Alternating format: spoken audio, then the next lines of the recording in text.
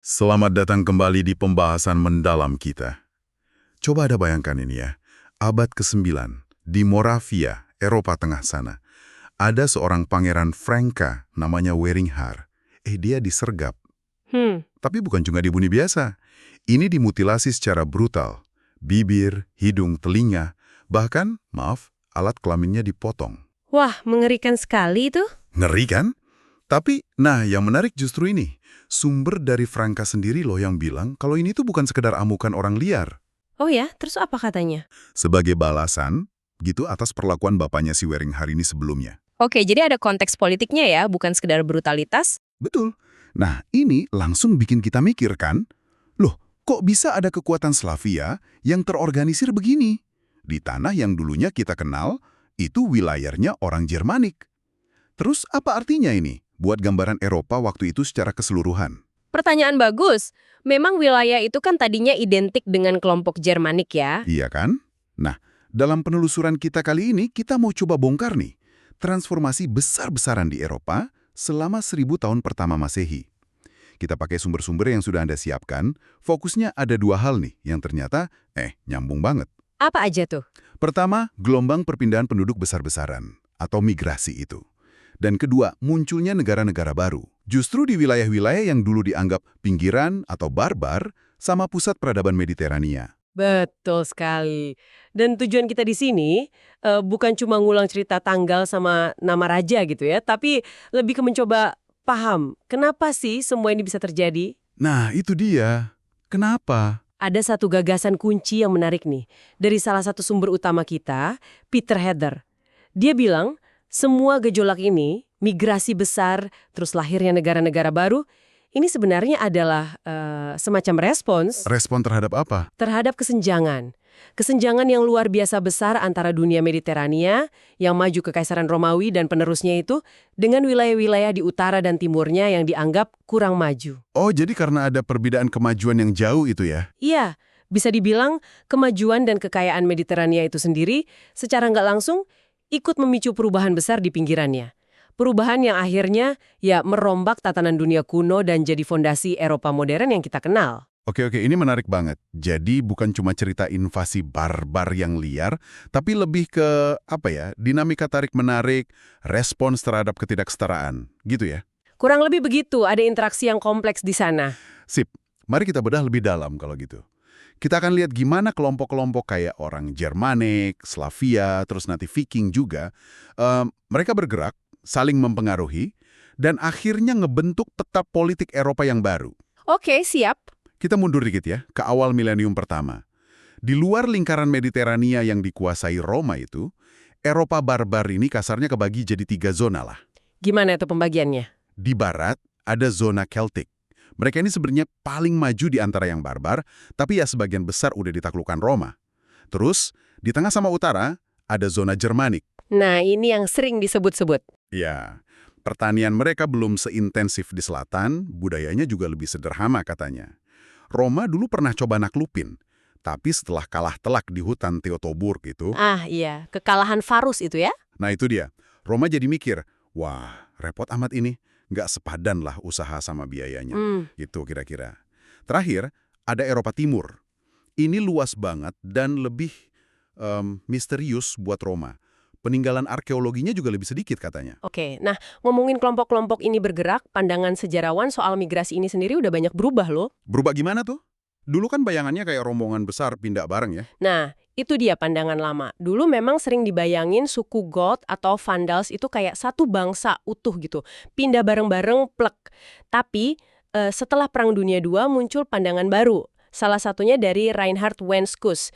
Dia bilang, tunggu dulu deh. Identitas kelompok ini tuh sebenarnya lebih cair, lebih fleksibel. Banyak kelompok yang kita kenal namanya Goth, Franka, Vandal. Itu seringkali bukan bangsa yang udah ada dari zaman purba. Tapi lebih kayak, koalisi politik baru. Koalisi politik? Maksudnya? Ya, kelompok yang terbentuk justru selama proses migrasi atau pas interaksi sama Roma. Mereka pakai nama besar yang udah terkenal, kayak Goth gitu, buat narik pengikut, buat melegitimasi diri mereka. Oh, jadi nama Goth itu bisa jadi semacam brand yang dipakai kelompok baru gitu ya? Bisa jadi begitu. Yang menarik memang soal identitas ini. Identitas orang zaman itu kan lapis-lapis ya.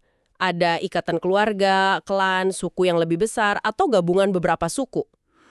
Kompleks ya. Dan identitas ini bisa berubah tergantung situasi, nggak kaku. Tapi ya jelas, ada identitas yang lebih kuat, lebih dijaga.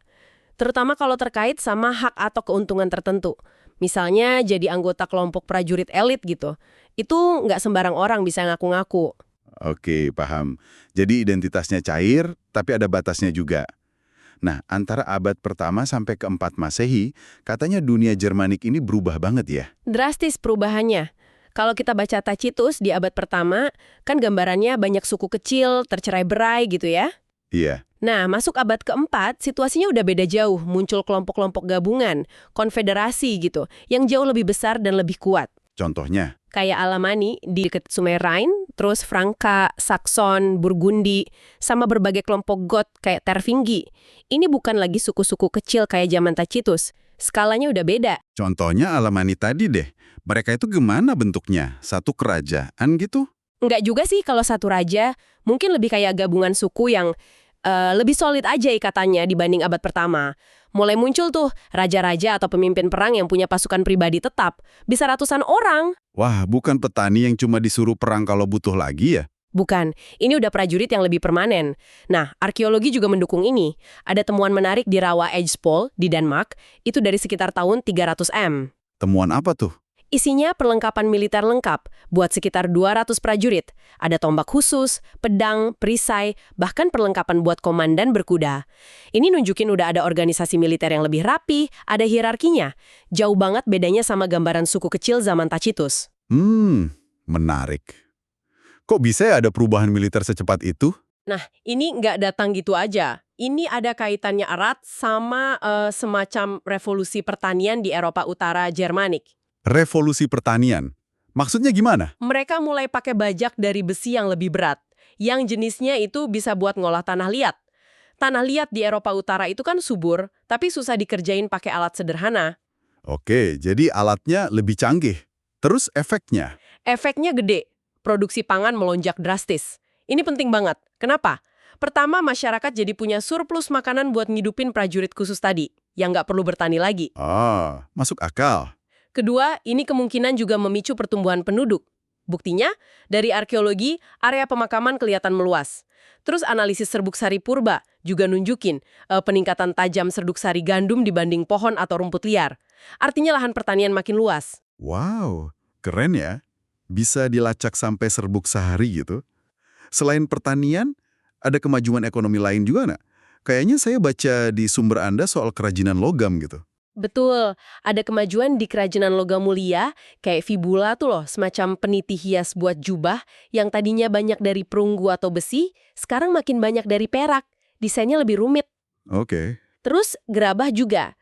Dulu mungkin dibikin tangan aja, sekarang pakai roda putar. Dibakarnya juga lebih bagus, kualitasnya naik.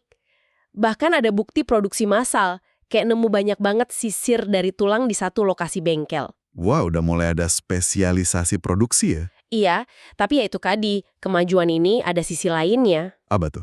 Ketidaksetaraan sosial makin tajam. Kekayaan baru, hasil panen lebih banyak, barang mewah, senjata besi yang lebih bagus, cenderung numpuknya di tangan para pemimpin perang sama pengikut setianya. Jadi elitnya makin kaya ya? Besar kayak Alamani atau Tervingi ini, apa udah bisa kita sebut negara awal? Gimana kriterianya? Skalanya udah besar, bisa kerahkan belasan ribu prajurit.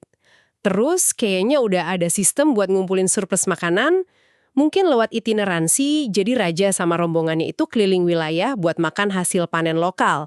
Semacam pajak berjalan gitulah. Oh, itu caranya. Dan jelas ada lapisan sosial, raja, pengikut setianya yang disebut retainer, sama orang bebas biasa, freeman. Nah, peran freeman ini penting nih. Mereka bukan cuma rakyat jelata, tapi kelompok yang punya hak. Dan mungkin dibutuhkan banget sama raja buat perang skala besar. Nggak bisa cuma andelin retainer. Oke, jadi udah ada struktur sosial dan politik yang lebih kompleks ya. Terus Roma sendiri gimana ngelihat tetangganya yang makin kuat ini? Masa diam aja? Ya nggak mungkin diam aja. Roma itu sangat aktif ngelola perbatasannya. Caranya macam-macam. Gimana tuh caranya? Kadang lewat politik, Mereka ikut campur, milih raja-raja di suku tetangga dijadiin raja klien gitu. Kadang nuntut upeti atau minta pemuda setempat buat jadi tentara Roma atau minta sandera dari kalangan elitnya. Wah, intervensi banget ya. Iya, tapi kadang mereka juga ngasih subsidi atau hadiah biar raja kliennya tetap loyal. Tapi kalau udah kepepet atau merasa perlu, ya mereka nggak segan nyerang pakai militer. Tapi ini agak ironis ya jadinya. Justru interaksi intensif sama Roma ini malah ikut memperkuat kelompok-kelompok Jermanik itu sendiri. Nah, tepat sekali. Ini salah satu poin penting dari sumber Anda. Aliran kekayaan dari Roma bisa lewat dagang, subsidi, atau bahkan hasil rampasan perang itu jelas memperkuat para elit Jermanik. Oke. Di sisi lain, tekanan dan campur tangan Roma, bahkan serangan militer mereka, itu justru bisa dipakai sama pemimpin Jermanik buat melegitimasi diri di mata rakyatnya. Lihat nih, saya pelindung kalian dari ancaman Roma, gitu. Ah, jadi kayak gitu mainnya. Ditambah lagi, ada kesenjangan antara zona perbatasan yang relatif kaya karena dekat Roma, sama wilayah pedalaman yang lebih miskin. Ini mancing kelompok-kelompok dari pedalaman buat coba masuk atau nyerang zona perbatasan, biar dapat akses ke sumber daya juga. Jadi kayak lingkaran gitu, saling mempengaruhi, dan akhirnya skala konflik sama organisasi politik di dunia Jermanik jadi makin besar. Nah, dinamika ini akhirnya ngebawa kita ke periode yang sering disebut migrasi besar ya, yang sering dikaitin sama runtuhnya Kekaisaran Romawi Barat. Salah satu momen kuncinya kan tahun 376 Masehi itu. Iya, peristiwa di Danube itu ya. Betul, tiba-tiba muncul dua kelompok besar Goth, Tervingi sama Groitungi, di tepi sungai Danube. Mereka minta izin masuk ke wilayah Romawi. Jumlahnya, kata saksi mata kayak Aminianus Marcellinus, itu gila-gilaan, puluhan ribu orang. Wow, banyak banget. Iya, ada prajurit, perempuan, anak-anak, bawa gerobak harta benda, segala macam. Alasan utamanya, kata mereka sih, karena ada tekanan dari bangsa nomaden baru yang serem banget, bangsa Hun. Tapi kalau kita lihat lebih dalam, motivasi Goth ini mungkin lebih kompleks ya daripada cuma takut Hun. Maksudnya? Ya, ancaman Hun itu nyata, tapi mungkin belum sedekat itu di tahun 376. Para pemimpin Goth ini kan juga bukan orang bodoh ya. Mereka pasti ngamatin kondisi Roma waktu itu. Kaisar Valens lagi sibuk perang di timur, perbatasan Danube mungkin lagi lemah. Ah, jadi mereka lihat ada celah. Bisa jadi mereka juga kan udah lama interaksi sama Roma, jadi mereka tahu ada potensi untung baik ekonomi maupun politik kalau bisa menetap di tanah Romawi dengan status yang lebih baik. Jangan lupa, Tervingi ini punya sejarah pernah coba pindah sebelumnya. Terus kenapa bawa rombongan segede itu? Sampai perempuan dan anak-anak? Nah, ini penting. Buat bisa bertahan hidup dan punya posisi tawar yang kuat sama Roma, mereka butuh kekuatan militer yang besar. Itu artinya butuh para freeman tadi. Dan para freeman ini jelas nggak mungkin mau ninggalin keluarga mereka di belakang. Makanya rombongannya jadi besar dan campur aduk. Oke, masuk akal. Lalu, sekitar 30 tahun kemudian, ada gelombang besar lagi kan? Di Sungai Rhine. Iya, malam tahun baru 406 itu ya, saat Rhine beku. Betul. Sekelompok besar Vandal, terus Alans ini kelompok nomaden bahasa Iran katanya ya. Sama Suevi, mereka nyebrang masuk ke Galia, wilayah Prancis sekarang. Ini kejadiannya setahun setelah invasi besar-besaran ke Italia oleh Radagaisus, seorang Goth juga, yang gagal total dihancurkan rumah. Benar. Yang menarik dari kelompok yang nyebrang Rhine ini, kecuali mungkin Suevi, mereka itu relatif pendatang baru di wilayah perbatasan itu. Oh ya, terus dari mana mereka? Kemungkinan besar, mereka ini terdorong ke arah barat karena ada krisis yang lebih besar lagi di luar sana, di padang rumput Eurasia. Kemungkinan besar ya terkait sama pergerakan bangsa Hun juga. Jadi mirip kasus Goth 376 ya? Ada tekanan dari luar. Mirip. Motifnya ya campuran antara tekanan dari luar, mungkin Hun, sama daya tarik kekayaan Romawi. Ditambah lagi fakta bahwa Goth yang dipimpin Fritigerners sebelumnya itu berhasil bertahan meskipun lewat perang Adrianopel dan akhirnya dapat tempat menetap di wilayah Romawi, itu mungkin ngasih mereka semacam harapan, wah ternyata bisa loh. Semacam preseden gitu ya? Betul, ada teori yang bilang Roma sengaja ngundang mereka karena butuh tentara bayaran, tapi bukti kuatnya kayaknya kurang ya. Apalagi kegagalan total Radagaisus setahun sebelumnya, nunjukin Roma Barat itu masih niat ngelawan, bukan pasrah aja. Jadi kayaknya faktor pendorong dari luar lah yang lebih dominan. Oke. Nah, sekarang kita lihat kasus Goth di bawah Alaric, setelah tahun 395. Kan setelah sempat damai sebentar, Alaric ini mimpin Goth bergerak lagi. Mereka nyisir Balkan terus masuk Italia, bahkan sampai nyarah kota Roma tahun 410. Kejadian yang mengguncang dunia waktu itu ya. Menek. Baru akhirnya setelah negosiasi panjang, mereka dapat wilayah menetap di Prancis Barat Daya, Aquitaine, tahun 418.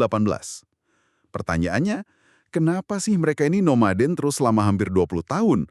Apa cuma cari gara-gara aja? Nah, pergerakan Alaric ini sebenarnya bukan sekedar ngamuk atau cari gara-gara tanpa tujuan. Ini ada logika strategisnya. Gimana tuh logikanya? Ya tentu, penjarahan itu penting. Buat ngejaga pasukannya tetap loyal, perutnya kenyang. Tapi tujuan utamanya itu sebenarnya politik. Politik gimana?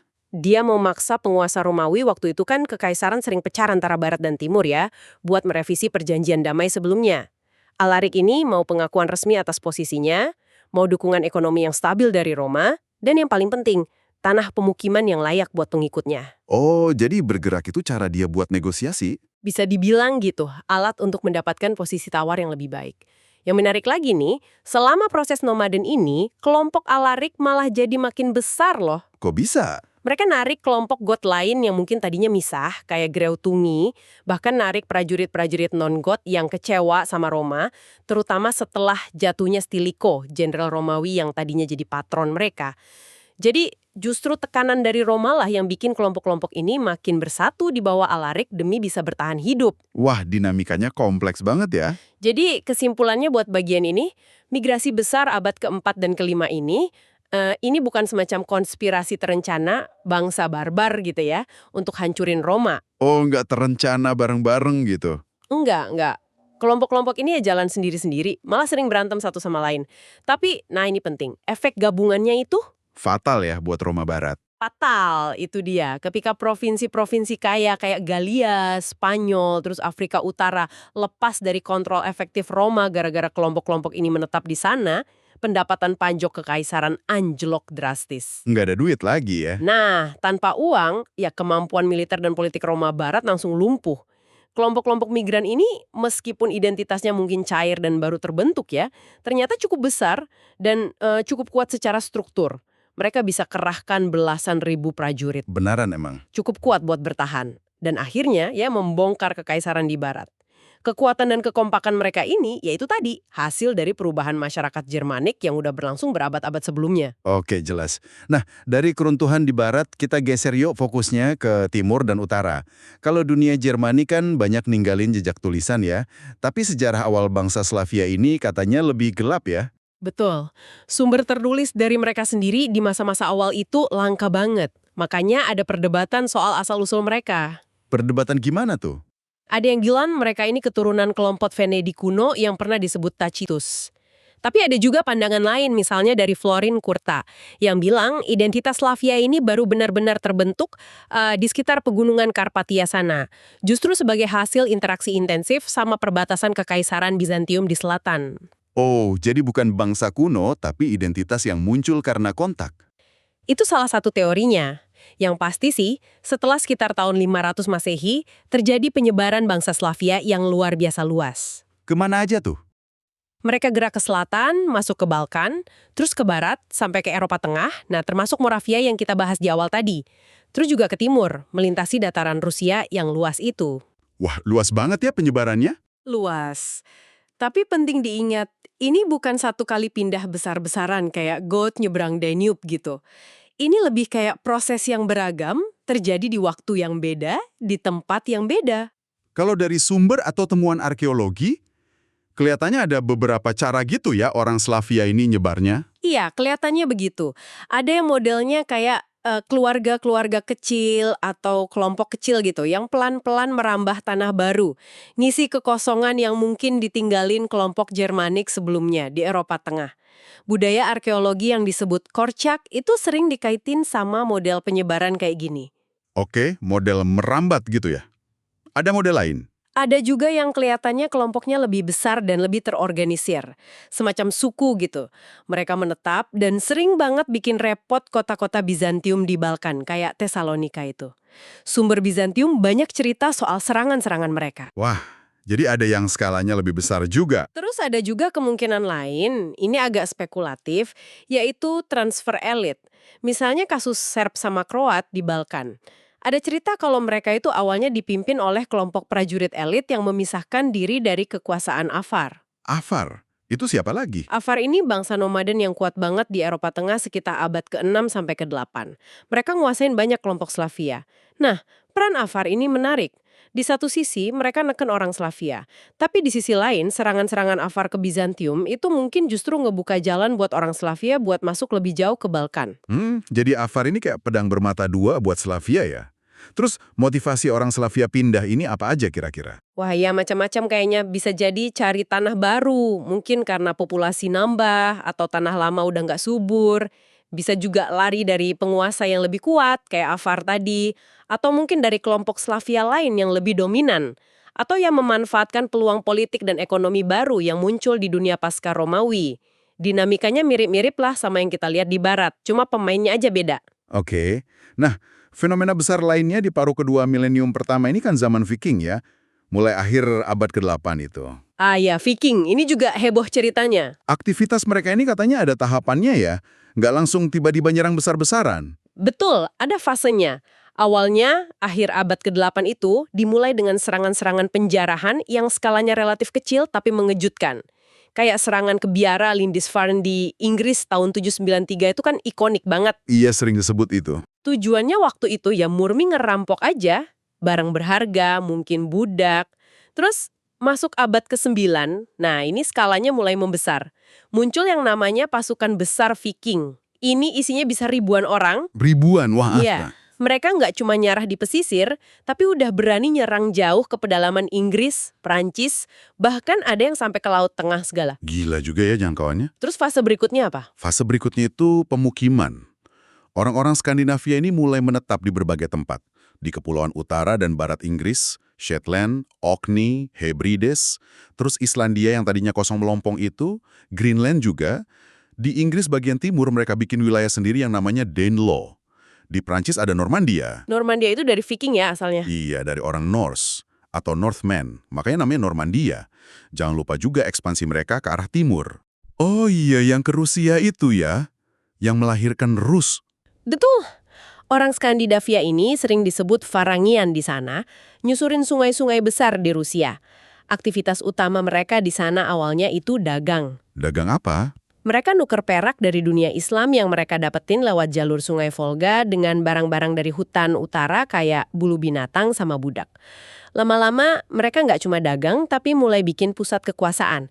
Kayak di Novgorod atau Ladoga di utara, terus nanti yang paling terkenal ya Kiev di selatan. Kalau kita lihat skala migrasi Viking ini, apa ini karena Skandinavia udah kepenuhan penduduk gitu? Nah, kayaknya bukan itu alasan utamanya. Ini bukan eksodus massal karena kelebihan penduduk. Awalnya kan kelompoknya kecil aja, seukuran awak satu atau beberapa kapal. Baru nanti pas fase pasukan besar, itu jumlahnya jadi ribuan, cukup buat naklukin wilayah atau bikin koloni. Jadi bukan karena overpopulasi ya? Bukti dari pemukiman di Danelaw, Inggris, itu nunjukin ada hierarki sosial juga. Elit prajuritnya dapat tanah yang luas, prajurit biasa dapat bagian yang lebih kecil. Terus ada data DNA dari Islandia modern yang menarik. Gimana tuh data DNA-nya? Nunjukin kalau yang kolonisasi itu nggak cuma laki-laki, perempuan juga ikut. Ada yang dari Skandinavia, tapi ada juga yang dari Kepulauan Inggris. Mungkin tawanan perang atau hasil kawin campur gitu ya. Kalau di timur, di Rusia, kayaknya fokus awalnya lebih ke ngontrol jalur dagang sama mungut upeti. Walau mungkin ada juga pemukiman pertanian kecil-kecilan. Terus, apa sih yang bikin mereka nekat banget bergerak sejauh itu? Nyebrang lautan ganas, masuk ke wilayah asing? Motif utamanya sih ya nggak bisa dipungkiri, cari kekayaan. Duit ya ujung-ujungnya. Ya bisa dibilang gitu. Bisa lewat jarahan langsung, bisa minta uang tebusan yang terkenal banget kan, Danegeld itu. Bisa mungut upeti dari penguasa lokal yang taput atau yang nguasain jalur perdagangan yang emang untungin banget. Oke. Ada motif lain? Belakangan, pas fase pemukiman, motif cari tanah yang lebih subur atau mungkin status sosial yang lebih tinggi di tempat baru juga jadi penting. Mungkin di Skandinavia persaingan elitnya udah ketat, jadi cari peluang di luar. Dan jangan lupa, teknologi kapal layar mereka yang canggih itu memungkinkan perjalanan jauh. Tapi ya kapasitas kapal juga kan ada batasnya, makanya mungkin di awal-awal ekspedisinya lebih banyak diisi prajurit. Oke, oke. Jadi, setelah semua pergerakan perubahan interaksi ini, Germanik, Slavia, Viking, menjelang akhir milenium pertama, katakanlah sekitar tahun 1000 Masehi, peta Eropa Utara dan Timur ini udah beda banget ya sama di awal. Beda banget, sangat berbeda. Kita mulai ngelihat munculnya kerajaan-kerajaan yang lebih besar, lebih stabil, dan lebih terorganisir dibanding kelompok-kelompok suku sebelumnya. Contohnya apa aja tuh kerajaan barunya? Ada Polandia di bawah dinasti PS, terus Bohemia di bawah Přemysl, ada Hungaria di bawah dinasti Arpad. Nah, Hungaria ini asalnya dari kelompok Magyar ya, bukan Slavia atau Viking, tapi mereka juga bagian dari gelombang perubahan besar ini. Terus ada Denmark di bawah dinasti Jelling yang berhasil nyatuin wilayahnya, Norwegia juga mulai bersatu, dan tentu aja Rus Kiev di bawah dinasti Rurikid yang nguasain wilayah luas banget di Eropa Timur. Wah, banyak juga ya yang muncul hampir bersamaan gitu. Ciri-ciri negara baru ini apa aja sih? Saya baca sekilas di sumber Anda soal ada pembangunan benteng besar, pasukan yang lebih profesional. Betul-betul. Itu ciri-ciri pentingnya. Mereka mulai bangun benteng-benteng pertahanan yang mengesankan. Kayak tembok ular yang panjangnya ratusan kilometer di selatan Kies itu. Atau benteng-benteng melingkar model Trelleborg di Denmark. Keren ya tembok ular itu. Iya, terus militernya juga. Mereka punya pasukan inti yang isinya prajurit profesional, pengikut setia raja. Kadang di sumber-sumber Germanik disebut lorikati, karena mereka pakai baju zirah lorika yang mahal. Ini nunjukin investasi besar di militer. Selain benteng dan militer. Pembangunan gereja-gereja besar juga jadi simbol kekuasaan dan legitimasi baru mereka. Misalnya katedral raksasa di Poznan, Polandia. Itu dibangun di masa-masa awal negara Polandia. Administrasi negara juga mulai kelihatan bentuknya, meskipun masih sederhana ya. Mulai ada mata uang koin sendiri, hukum mulai coba dituliskan. Tapi katanya negara-negara ini masih agak rapuh ya strukturnya. Iya, kalau dibandingin sama kekaisaran yang lebih tua kayak Bizantium atau dunia Islam waktu itu, ya negara-negara baru ini strukturnya masih dalam tahap berkembang. Kekuasaan seringkali masih sangat personal, tergantung banget sama sosok raja dan kemampuannya buat keliling ngontrol wilayah itineran kingship yang tadi kita bahas. Birokrasinya belum serumit kekaisaran yang udah mapan, jadi ya mereka kuat tapi masih bisa goyah juga. Oke. Terus apa dong yang jadi pendorong utama lahirnya negara-negara baru ini? Di wilayah yang tadinya kan isinya kelompok-kelompok kecil yang terfragmentasi. Nah, ini ada beberapa faktor kunci yang saling terkait. Dan sebenarnya ini kayak kelanjutan dari proses yang udah kita bahas dari tadi. Apa aja tuh faktornya? Pertama, ini bisa dibilang puncak dari proses penguatan ketidaksetaraan sosial yang udah mulai jauh sebelumnya. Munculnya elit militer yang sangat kuat, yang punya banyak pengikut setia, itu jadi dasar terbentuknya negara. Tanpa elit kuat ini, susah bikin negara. Oke, jadi ada fondasi internalnya. Betul. Kedua, interaksi yang makin intensif sama tetangga-tetangga yang lebih kuat dan lebih maju. Kayak Kekaisaran Franka atau Ottonian di barat, Bizantium di selatan, terus dunia Islam lewat jalur dagang Volga dan Kaspia. Itu penting banget. Interaksinya bentuknya gimana? Macam-macam. Bisa dagang, nah ini penting, terutama dagang budak sama bulu binatang dari utara yang ditukar sama barang mewah dari selatan. Ini nguntungin banget buat elit lokal. Tapi bisa juga bentuknya perang, atau dituntut bayar upeti, atau diplomasi. Nah, tekanan dari luar ini, baik positif maupun negatif, seringkali maksa elit-elit lokal buat bersatu dan ngorganisir diri lebih baik, biar bisa bertahan atau biar bisa bersaing. Jadi tekanan eksternal itu mendorong konsolidasi internal ya? Bisa dibilang begitu. Ketiga, jangan lupakan peran adopsi agama besar, terutama Kristen atau Islam di beberapa pinggiran kayak Volga, Bulgaria. Apa peran agama di sini? Agama ini ngasih para penguasa baru itu semacam ideologi baru buat melegitimasi kekuasaan mereka. Saya raja Kristen yang dipilih Tuhan, misalnya. Selain itu, struktur organisasi gereja juga bisa jadi model buat administrasi negara. Tapi ya, adopsi agama ini juga bawa tantangan baru. terutama soal gimana caranya jaga independensi dari kekaisaran Kristen yang lebih tua, yang seringkali merasa berhak ikut campur. Misalnya soal siapa yang berhak ngangkat uskup agung sendiri. Itu jadi isu penting. Wah, rumit juga ya ternyata urusan agama dan politiknya. Jadi, ya, negara-negara baru ini lahir dari kombinasi antara perkembangan internal masyarakat dan militernya makin kompleks, yang kemudian kayak dipercepat dan dibentuk oleh kontak yang intens, dinamis, dan seringkali penuh tekanan dari dunia luar. Oke, jadi evolusi internal ketemu sama stimulus dan tantangan eksternal ya? Tepat sekali, begitu kira-kira gambarannya. Jadi apa artinya semua ini buat Anda yang lagi dengerin? Jelas banget ya, 1000 tahun pertama Masehi itu masa transformasi total buat Eropa. Perpindahan penduduk besar-besaran sama pembentukan negara itu ternyata bukan dua hal yang kepisah, tapi kayak dua sisi dari koin yang sama. Betul, saling terkait erat. Keduanya didorong oleh adanya kesenjangan antar wilayah dan juga interaksi yang intens, kadang damai, tapi ya seringkali keras juga antar masyarakat yang tingkat perkembangannya beda-beda. Eropa yang kita kenal sekarang, dengan segala keragamannya, itu mulai terbentuk dari proses yang rumit dan penuh gejolak ini. Dan perlu ditekankan lagi ya, migrasi itu sendiri bukan satu fenomena yang seragam. Bentuknya macam-macam banget, dari yang skalanya kecil kayak keluarga petani yang pelan-pelan merambah hutan, sampai pasukan penakluk besar kayak Viking, atau kelompok suku yang lebih terorganisir pindah buat cari tempat baru kayak Goth atau Slavia Balkan. Jadi nggak bisa digeneralisir ya? Nggak bisa. Terus ada juga pergeseran penting selama milenium ini.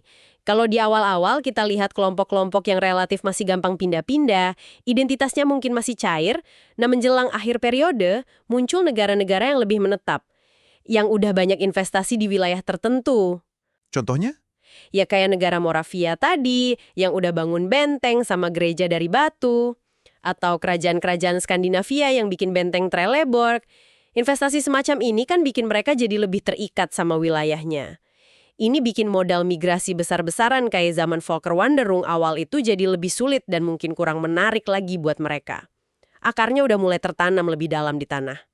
Oke, jadi ada perubahan dari mobilitas ke arah menetap yang lebih kuat ya? Betul. Nah, sebagai penutup nih, mungkin ini sesuatu yang bisa Anda renungkan di rumah. Kita udah lihat siklus migrasi, pembentukan negara, bahkan keruntuhan kekaisaran, yang ternyata banyak dipicu oleh kesenjangan dan interaksi selama milenium pertama ini.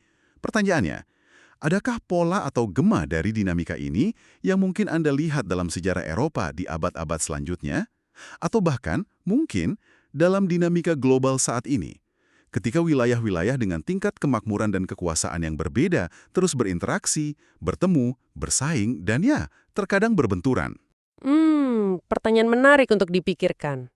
Apa pelajaran yang bisa kita tarik dari masa lalu yang begitu dinamis ini tentang bagaimana sih masyarakat dan peradaban itu berubah ketika mereka saling bersentuhan? Nah, itu dia. Sebuah pertanyaan untuk Anda pikirkan lebih lanjut.